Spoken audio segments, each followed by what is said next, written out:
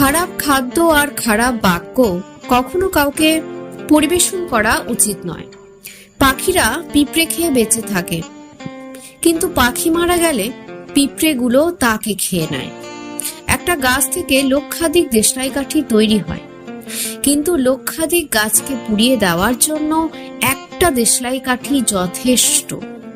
পরিস্থিতি যে কোনো সময় পরিবর্তন হতে পারে।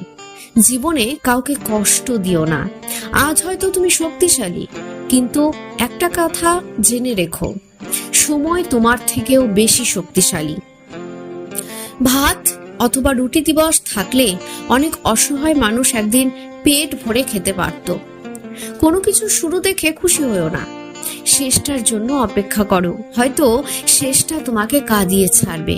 শুনেছি যে সয় সে রয়, কিন্তু আমার মতে যে সয় তার সাথে নাকি একই ঘর